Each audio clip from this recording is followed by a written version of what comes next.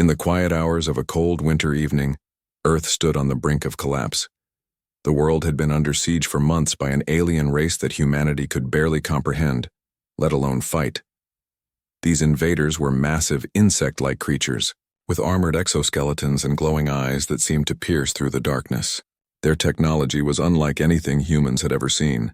Ships that defied gravity, weapons that vaporized entire cities in seconds, and communication systems that baffled even the brightest minds on Earth. Every attempt at resistance had ended in failure, leaving humanity teetering on the edge of extinction. The invasion began without warning. One moment, life on Earth was proceeding as usual. People were commuting to work, children were playing in parks, and families were gathering around dinner tables. The next, the skies darkened as enormous alien vessels descended from above. They hovered silently over major cities like ominous clouds, their metallic surfaces reflecting the panic below. Then came the attacks, blinding flashes of light followed by deafening explosions. Buildings crumbled, streets turned to rubble, and millions perished within hours. It wasn't just destruction, it was annihilation. Entire nations fell into chaos as governments scrambled to respond, but no amount of military might or diplomatic efforts could stop the relentless assault. For weeks, humanity tried to fight back. Armies mobilized, fighter jets took to the skies, and nuclear missiles were launched in desperation. But none of it mattered. The aliens' shields absorbed every attack, rendering human weapons useless. Worse still, the invaders adapted quickly, learning from each encounter and countering with overwhelming force. Cities burned, economies collapsed, and communication networks failed one after another. Refugees flooded into rural areas, seeking safety in remote locations, but there was nowhere truly safe. The aliens hunted relentlessly, their smaller scout ships scouring the planet for any signs of resistance. Despite the devastation, hope refused to die completely. Deep underground, hidden beneath layers of secrecy, scientists and engineers worked tirelessly on projects that most people didn't even know existed.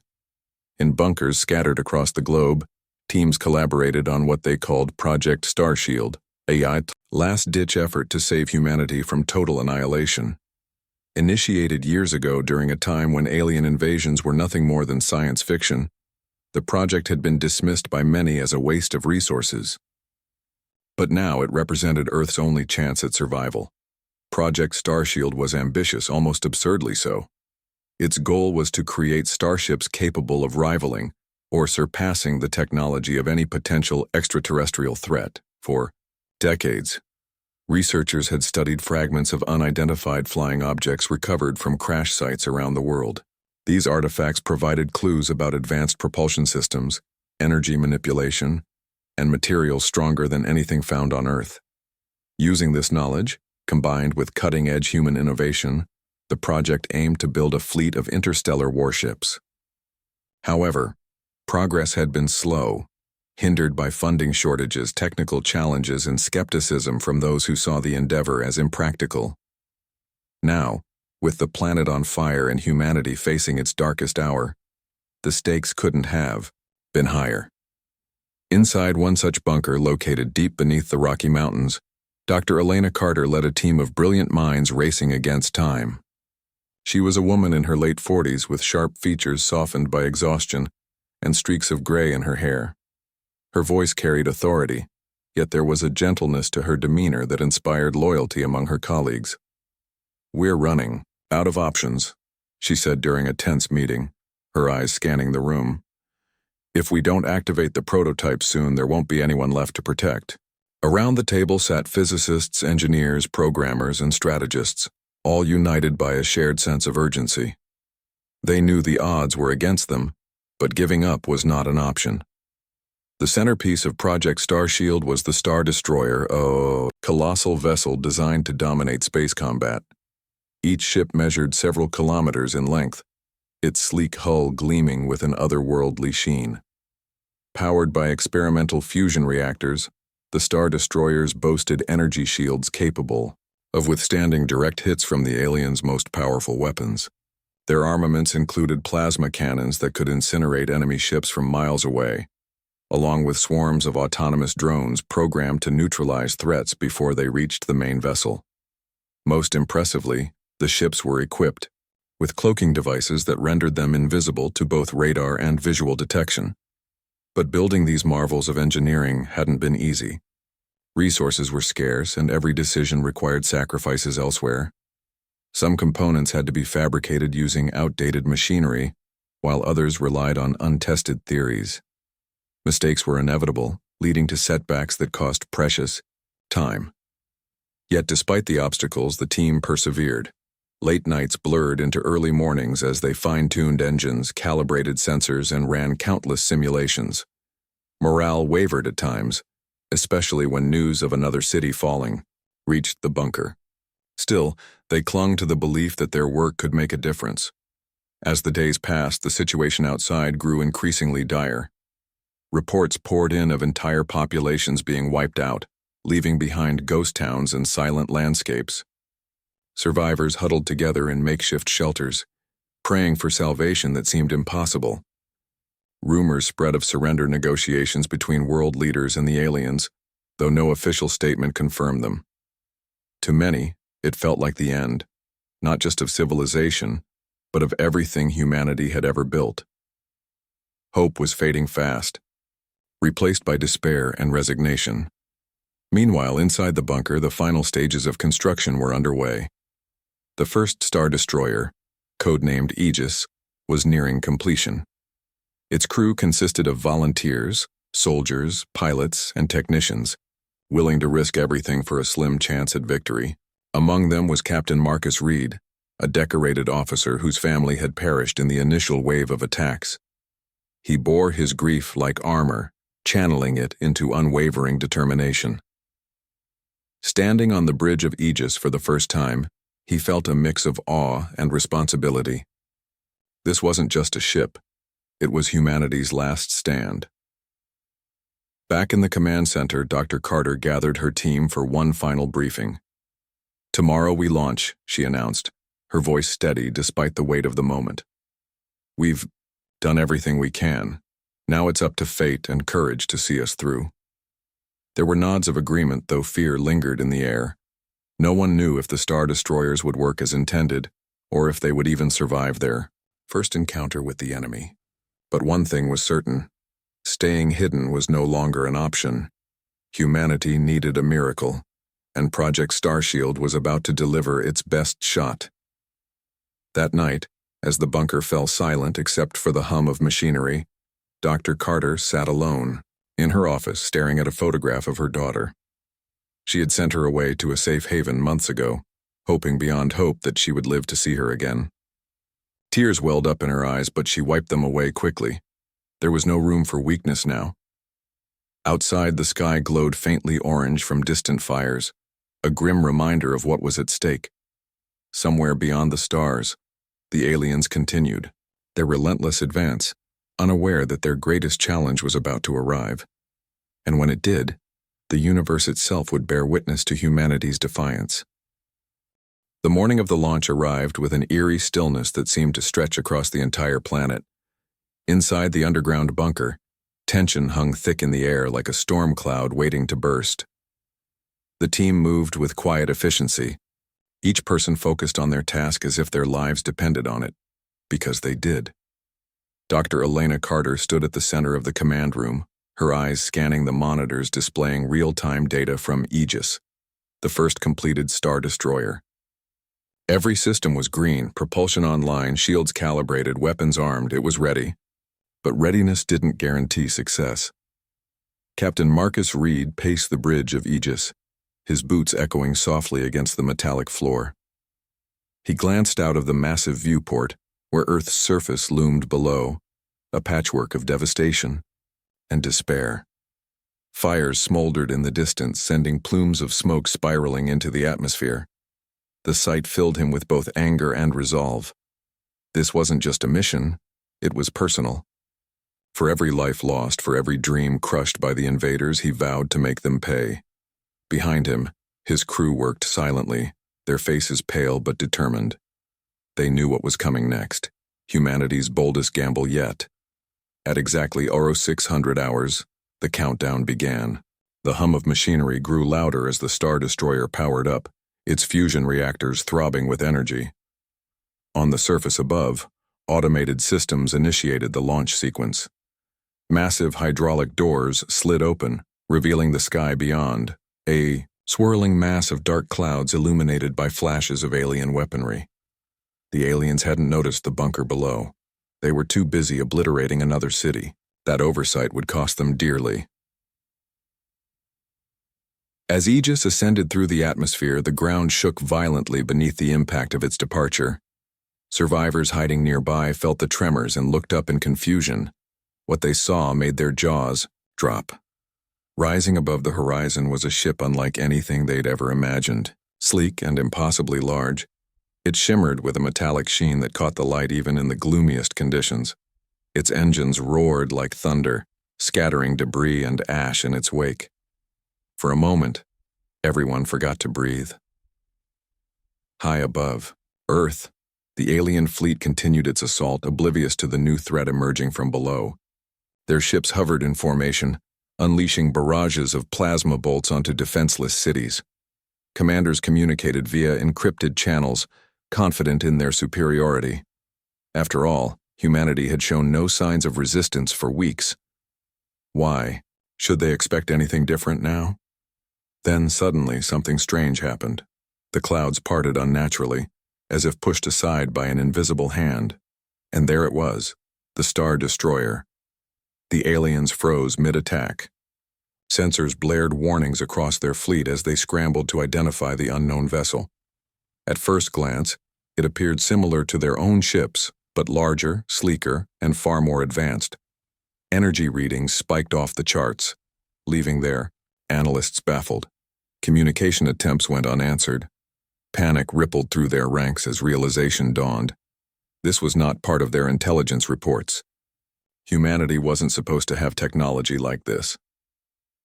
Back aboard Aegis, Captain Reed gave the order to activate the cloaking device. With a faint shimmer, the Star Destroyer vanished from sight, leaving only ripples in the air behind it. The aliens' confusion deepened. Where had it gone? Was it some kind of illusion? Before they could regroup, the Star Destroyer reappeared directly in front of their flagship, its massive frame dwarfing the alien vessel. A single message broadcasted, in every known language including theirs, echoed through space. Leave our planet or face destruction. For a moment, silence reigned. Then chaos erupted. Alien fighters swarmed toward Aegis, firing everything they had. Plasma bolts struck the Star Destroyer's shields, creating dazzling bursts of light but failing to penetrate. Inside the ship, the crew cheered as the monitors confirmed zero damage. Captain Reed allowed himself a grim smile. "They're testing us," he said over the intercom. "Let's show them what we're made of." With a flick of his wrist, Reed ordered the plasma cannons to fire. Twin beams of searing energy shot out, slicing through two enemy cruisers like paper. Explosions lit up the void, sending shockwaves rippling through the alien fleet. The remaining ships scattered, their formations breaking apart as panic spread. Some attempted to retreat, while others launched desperate counterattacks. None succeeded. Drones deployed from Aegis intercepted incoming projectiles, neutralizing threats before they reached the main vessel. Within minutes, half the alien fleet lay in ruins. On Earth, survivors watched in stunned disbelief as the battle unfolded. News spread rapidly through word of mouth and makeshift radio broadcasts. People emerged from hiding, gathering in open fields and rooftops to catch a glimpse of the spectacle above. The sight of the Star Destroyer decimating the alien forces ignited a spark of hope that had long been extinguished. Cheers erupted spontaneously, tears streamed down faces, and prayers were whispered under breaths. For the first time in months, humanity dared to believe that victory might be possible, but the fight wasn't over yet. As Aegis pressed its advantage, the aliens regrouped under the command of their leader, a towering creature with iridescent wings and glowing red eyes. Known as the Overmind, it was the master strategist behind the invasion. Realizing brute force wouldn't work, the Overmind devised a new tactic: divide and conquer. Smaller squadrons broke off from the main fleet, targeting vulnerable areas. of Earth in an attempt to draw the Star Destroyer away from the battlefield. Dr. Carter monitored the situation from the bunker, her brow furrowed in concern. "They're trying to split our focus," she muttered, tapping furiously on her keyboard. She patched through to Captain Reed, relaying her analysis. "Marcus, you need to prioritize the flagship. If we take out the Overmind, the rest will fall into disarray."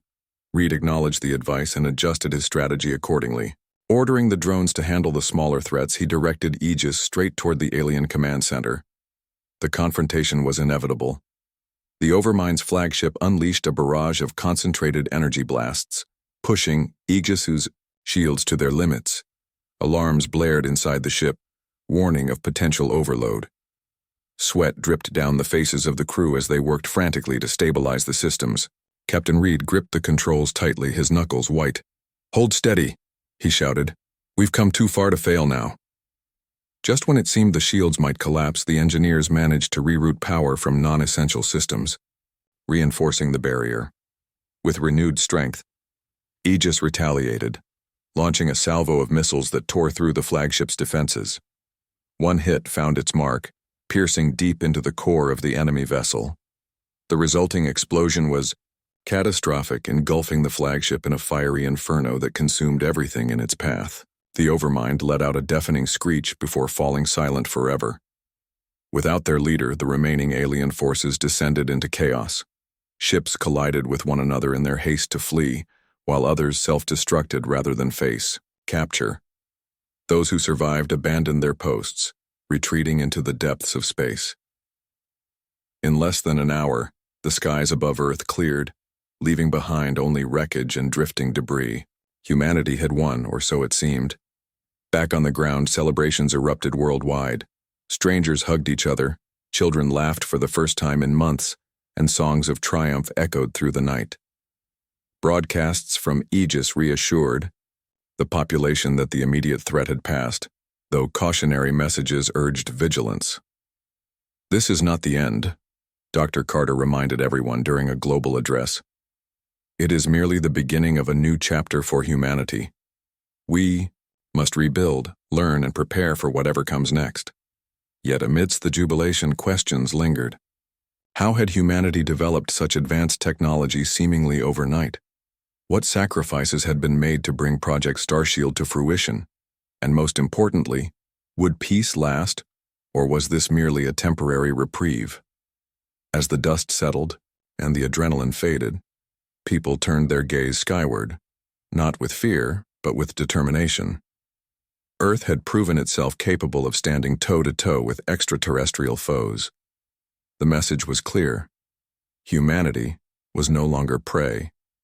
It was predator. And should any other species dare to threaten it again, they would face the full might of its resolve. The aftermath of the battle left Earth suspended in a fragile calm, like the eye of a hurricane. The skies were eerily quiet, save for the occasional distant rumble of collapsing alien wreckage burning up in the atmosphere. On the ground, people ventured out of hiding, their faces painted with a mix of disbelief and cautious optimism. Streets that had been deserted for months were now filled with survivors exchanging stories, sharing food, and helping one another rebuild what little remained.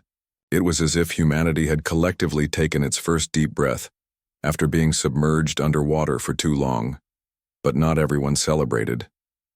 In the underground bunker beneath the Rocky Mountains, Dr. Elena Carter sat slumped in her chair, staring at the monitor displaying the remnants of the alien fleet scattered across space.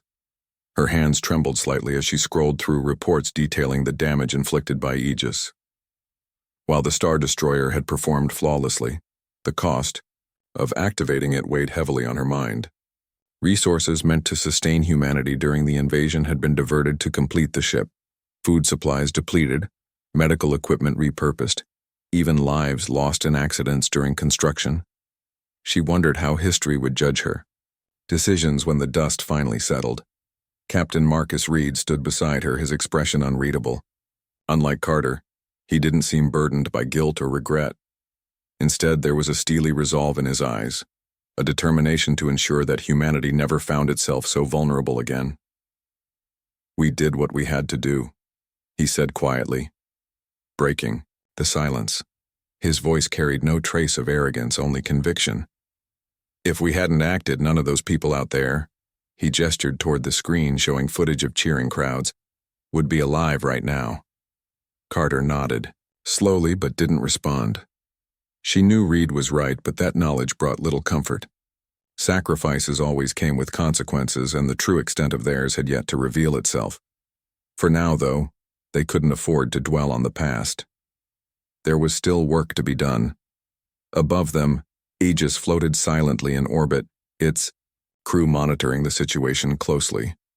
The drones deployed earlier continued sweeping the planet for any lingering threats, while engineers worked tirelessly to repair minor damages sustained during the battle. Despite its near invincibility, the Star Destroyer wasn't indestructible. Every system required careful maintenance, especially after such an intense engagement. The team aboard the ship understood that their victory was only temporary unless they stayed vigilant. Meanwhile, governments around the world scrambled to regain control.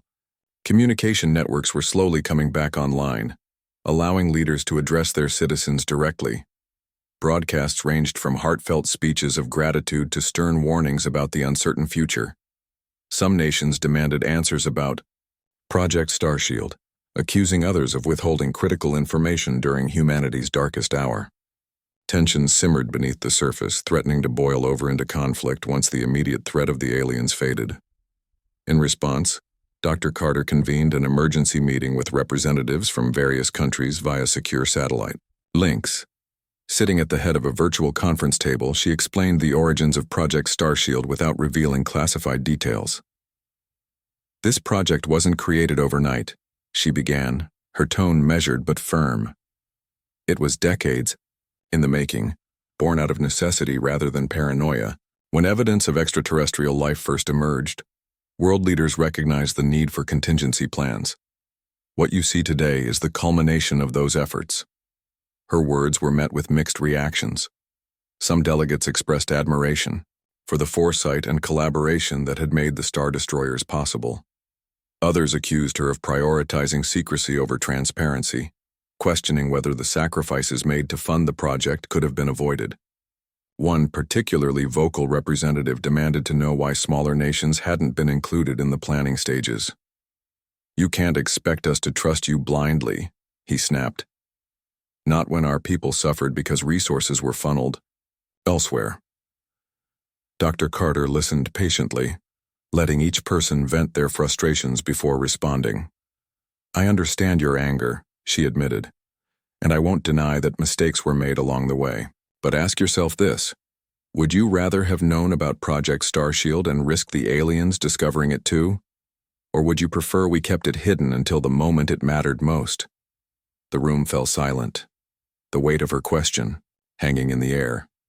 No one had a satisfying answer.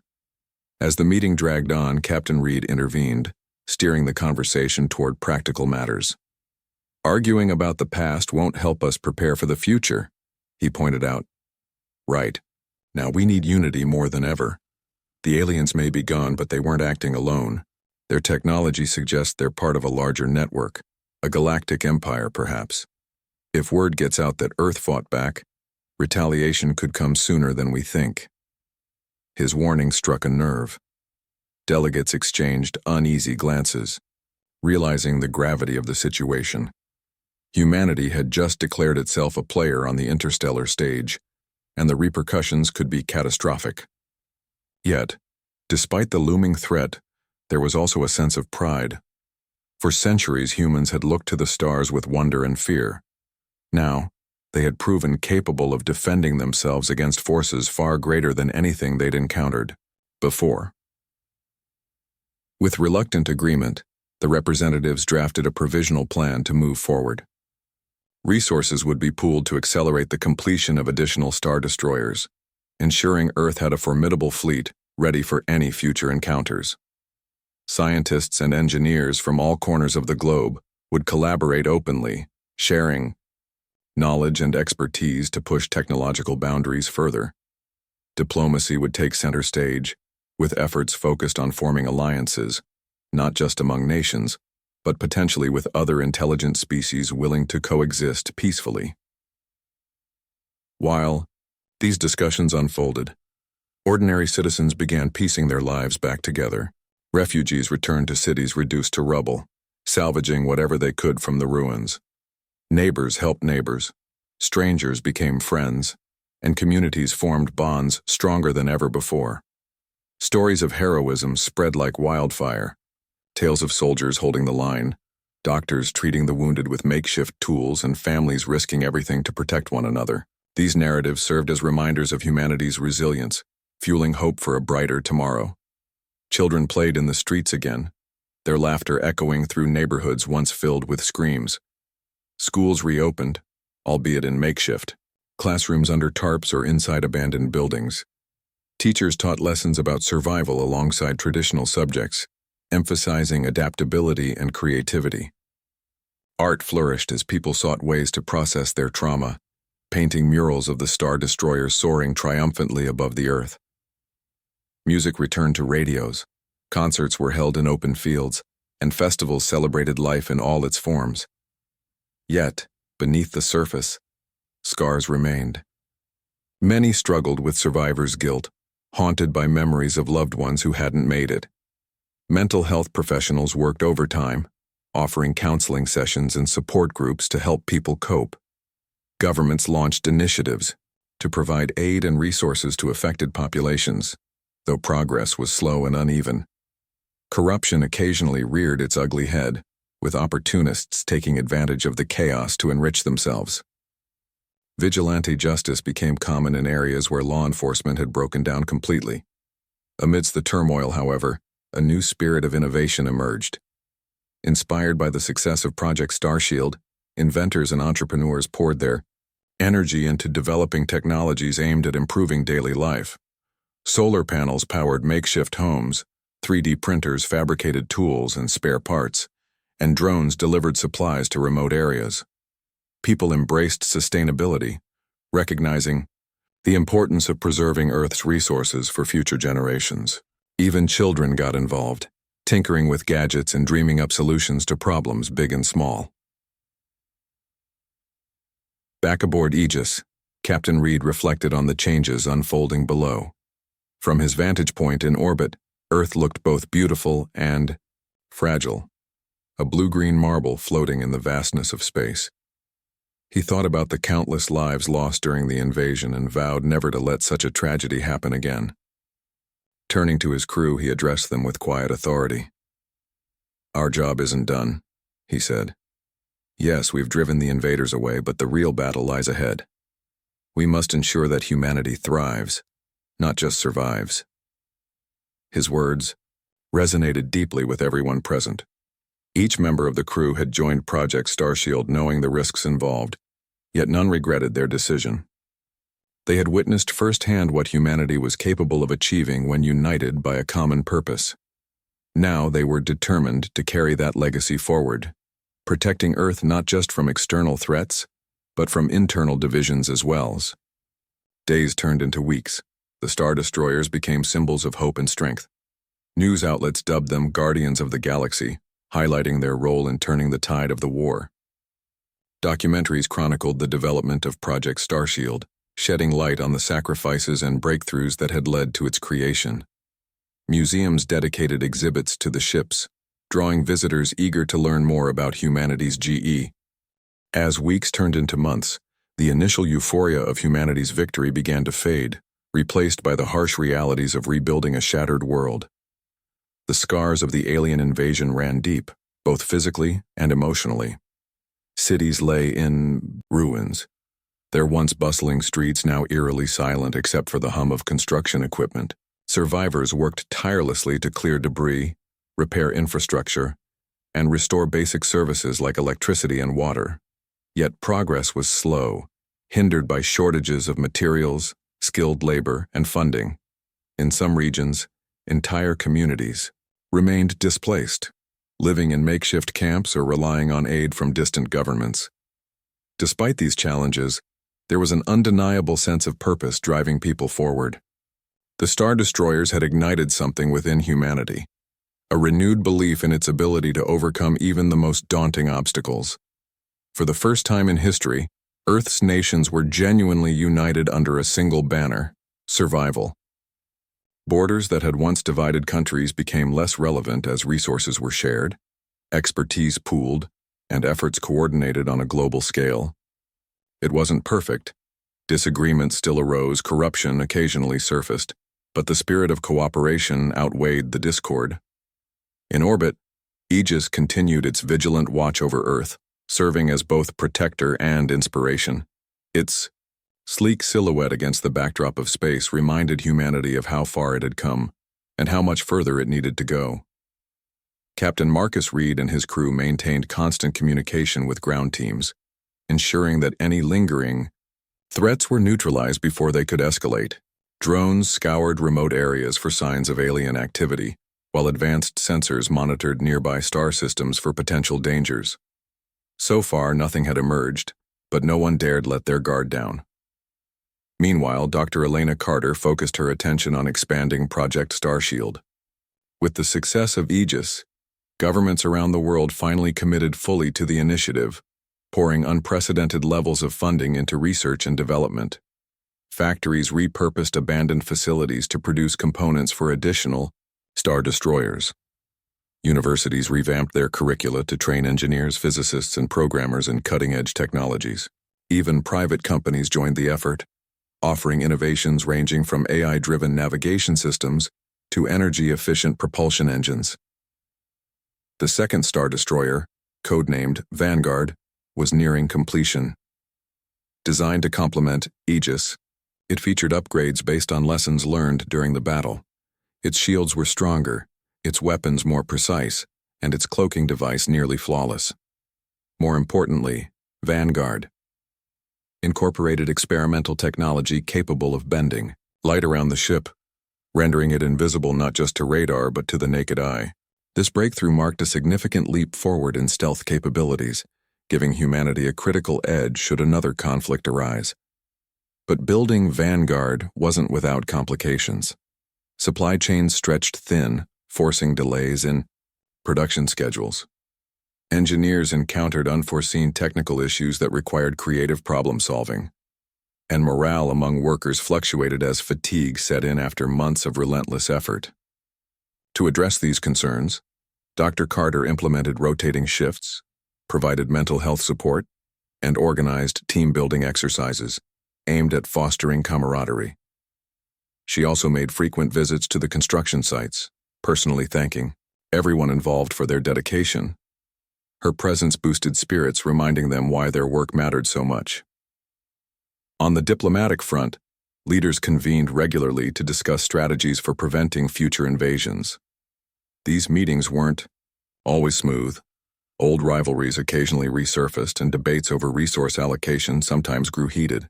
However, the shared goal of safeguarding Earth kept tensions from boiling over. Agreements were reached to establish early warning systems using satellites equipped with advanced detection arrays. Plans were drawn up for emergency evacuation, protocols in case another attack occurred. Most significantly, a coalition known as the Global Defense Initiative, GDI, was formed to oversee all interstellar defense operations.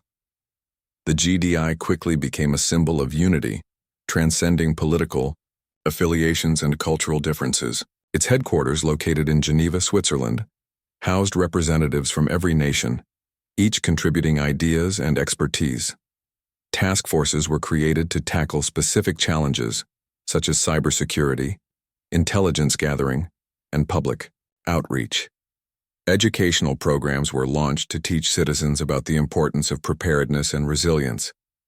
Media campaigns highlighted stories of heroism and innovation, reinforcing the message that humanity's strength lay in its diversity and determination.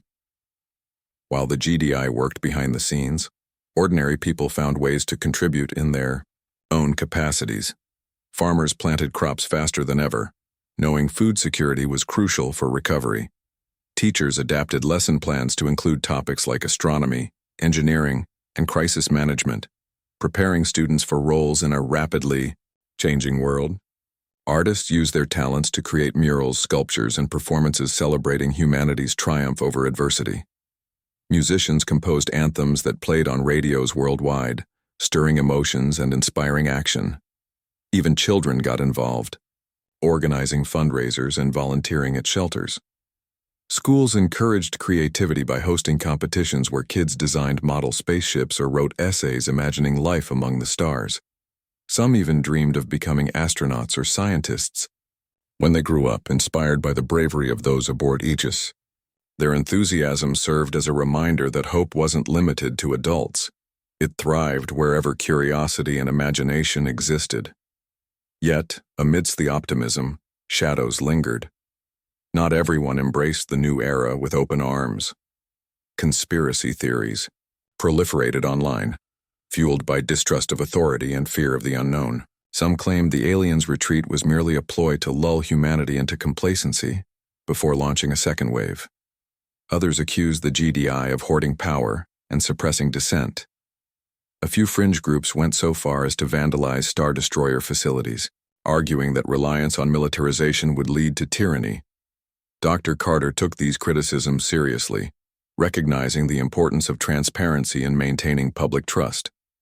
She held regular press conferences to update citizens on Project Starshield's progress, addressing rumors head-on. When asked about allegations of secrecy, she responded candidly, "Yes, parts of this project remain classified, not because we want to hide information, but because revealing certain details could jeopardize our safety. Imagine if the aliens had discovered our plans beforehand. We wouldn't be standing here today." Her honesty resonated with many, though skeptics remained unconvinced. To combat misinformation, the GDI partnered with independent journalists and fact-checkers to verify claims and debunk falsehoods. Social media platforms introduced algorithms to flag misleading content, while schools integrated media literacy into their curriculum. Slowly but surely, the tide of paranoia began to recede. Still, questions persisted about humanity's place in the universe. Philosophers debated whether wielding such immense power made humans any better than the invaders they'd fought. Religious leaders pondered the moral implications of creating machines capable of destruction on a cosmic scale. Environmentalists warned that focusing too heavily on interstellar warfare could distract from pressing issues like climate change and biodiversity loss. These discussions reflected a broader societal reckoning, one that challenged humanity to define its values and priorities moving forward. Against this backdrop of uncertainty, Captain Reed grappled with his own doubts. From his post aboard Aegis, he watched Earth slowly heal, marveling at the resilience of its people. Yet he couldn't shake the feeling that the battle they'd won was only the beginning. "We've proven we can defend ourselves," he told his crew during a briefing. "But defense alone isn't enough. If we want to secure our future, we need to understand what's out there and why it came here."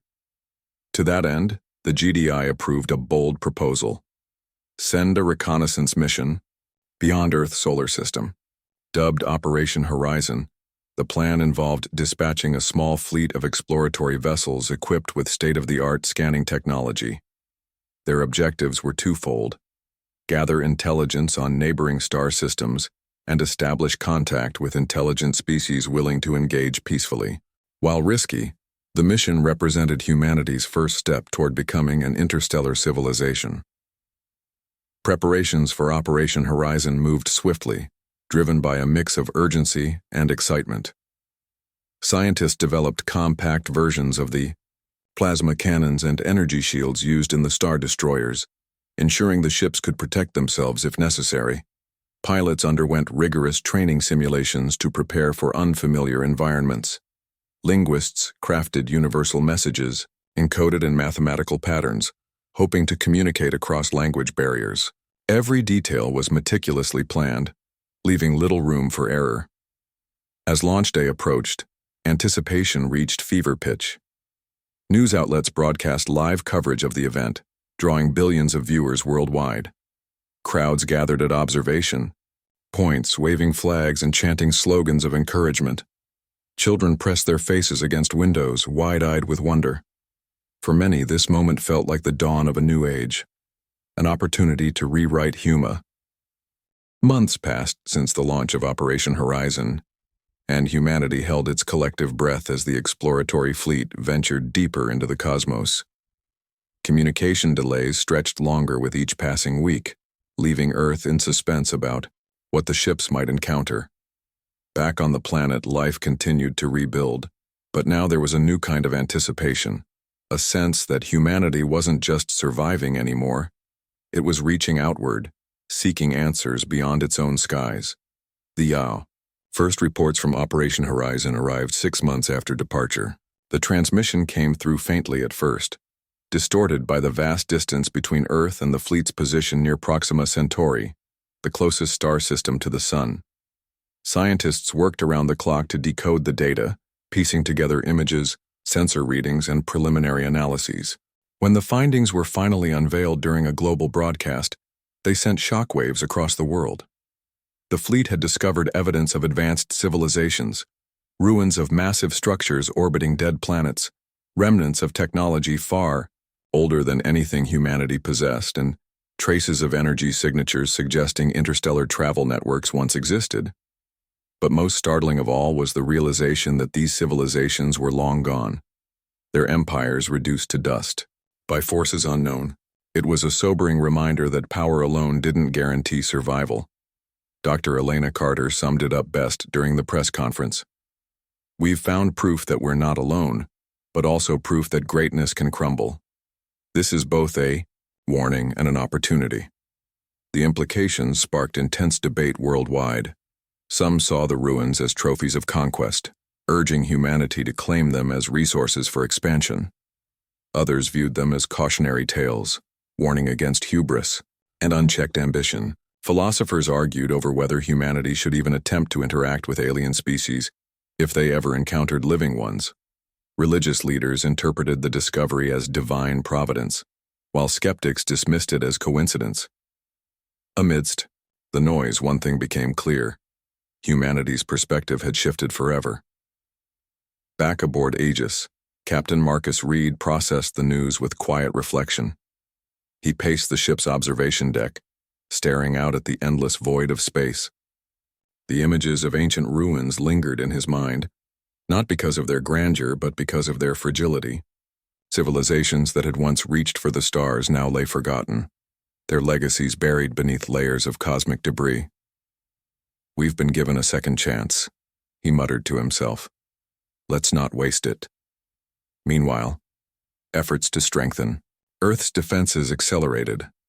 With insights gained from studying alien artifacts recovered during Operation Horizon, engineers made breakthroughs in propulsion systems, energy storage, and shield technology.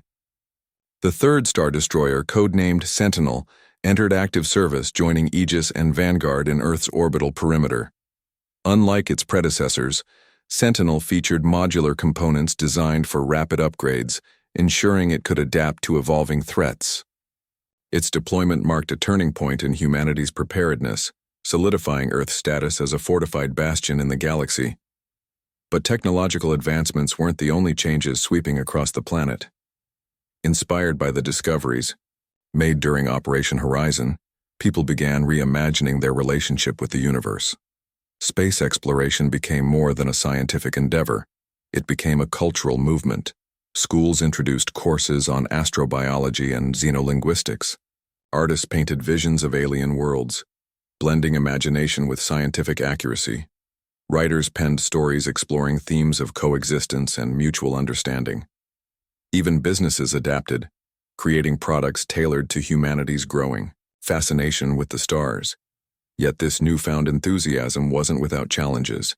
As nations competed to lead the charge into space, tensions occasionally flared. Disputes arose over who would control newly discovered resources or which countries deserved priority access to alien technology.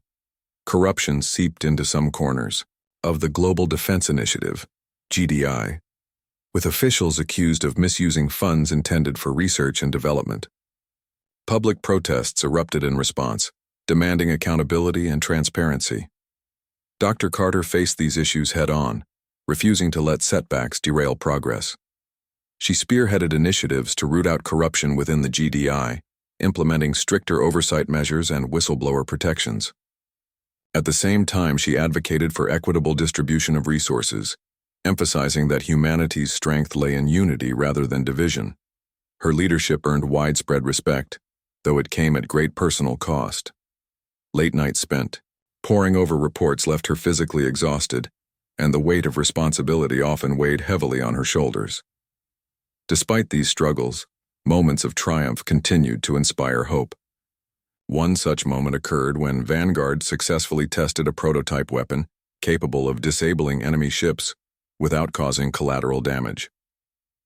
Dubbed the pacification beam, the device used focused electromagnetic pulses to disrupt targeting systems and propulsion units, rendering hostile vessels immobile. While controversial among those who questioned its ethics, the innovation represented a significant step toward minimizing loss of life in future conflicts. Another milestone came when scientists decoded fragments of an alien language found etched into the ruins explored by Operation Horizon. Though incomplete, the translation hinted at a message meant to guide travelers across the stars, a kind of celestial roadmap. The discovery ignited excitement among linguists and historians alike, fueling hopes of establishing meaningful communication with other intelligent beings someday. For many, it felt like finding a needle in a haystack, a small clue pointing toward something much larger. As years rolled on, humanity settled into a rhythm of growth and adaptation. Cities rebuilt themselves with futuristic designs, incorporating sustainable technologies inspired by alien engineering. Vertical farms sprouted in urban centers, reducing reliance on traditional agriculture. Renewable energy sources powered homes and businesses, cutting carbon emissions significantly. Education systems evolved to prioritize critical thinking, creativity, and collaboration, preparing younger generations for a rapidly changing world. Even entertainment reflected humanity's expanded horizons. Movies depicted epic journeys to distant galaxies, music incorporated alien-inspired melodies, and video games allowed players to explore simulated versions of alien landscapes. These creative expressions served as bridges between science fiction and reality, helping people process their awe and curiosity about the universe. Amidst these developments, Captain Reed remained steadfast in his commitment to protecting Earth. Now commanding the entire Star Destroyer fleet, he oversaw joint training exercises designed to enhance coordination between ships. Pilots honed their skills in simulated battles, strategists refined tactical approaches, and engineers pushed the boundaries of innovation. Under his leadership, the fleet became not just a military force but a symbol of resilience and ingenuity. Then, one fateful day, a signal arrived that changed everything. Detected by Sentinel's advanced sensors, the transmission originated from a region of space previously unexplored. Unlike anything received before, the message carried unmistakable signs of intelligence, complex patterns repeating in intervals, interspersed with bursts of encoded data. Scientists scrambled to analyze it, working tirelessly to decipher its meaning. After weeks of effort, they succeeded. The message contained coordinates leading to a habitable planet orbiting a distant star. The revelation sparked both excitement and trepidation. Was this an invitation? A trap? Or simply a beacon left behind by another long-lost civilization? Debates raged within the GDI, with factions divided over how to proceed. Some argued for immediate exploration, citing the potential benefits of contact with extraterrestrial life. Others urged caution, fearing the risks outweighed the rewards. Ultimately, a consensus emerged: send a delegation to investigate, but ensure it was equipped for any scenario. Thus began Project Outreach, humanity's boldest undertaking yet. A specially designed vessel, christened Harbinger, was constructed, using lessons learned from previous missions. Sleek and agile, it combined the firepower of a star destroyer with the versatility of an exploratory craft. On board, a diverse crew represented the best minds and talents Earth had to offer: scientists, diplomats, linguists, and security personnel united by a shared mission: to make first contact. As Harbinger launched into the heavens, billions watched live broadcasts of the event. Cheers echoed across continents, tears streamed down faces, and prayers filled the air. Humanity stood on the precipice of history, ready to take its place among the stars. Whether the journey ended in peace or peril remained uncertain, but one truth was undeniable. Earth was no longer content to wait in the shadows. It had stepped boldly into the light, armed with knowledge, courage, and an unyielding determination to shape its destiny. And so, beneath the watchful gaze of Aegis, Vanguard, and Sentinel, Harbinger disappeared into the infinite expanse, carrying with it the hopes and dreams of an entire species. Whatever awaited humanity beyond the horizon, one thing was certain: the story of Earth had only just begun.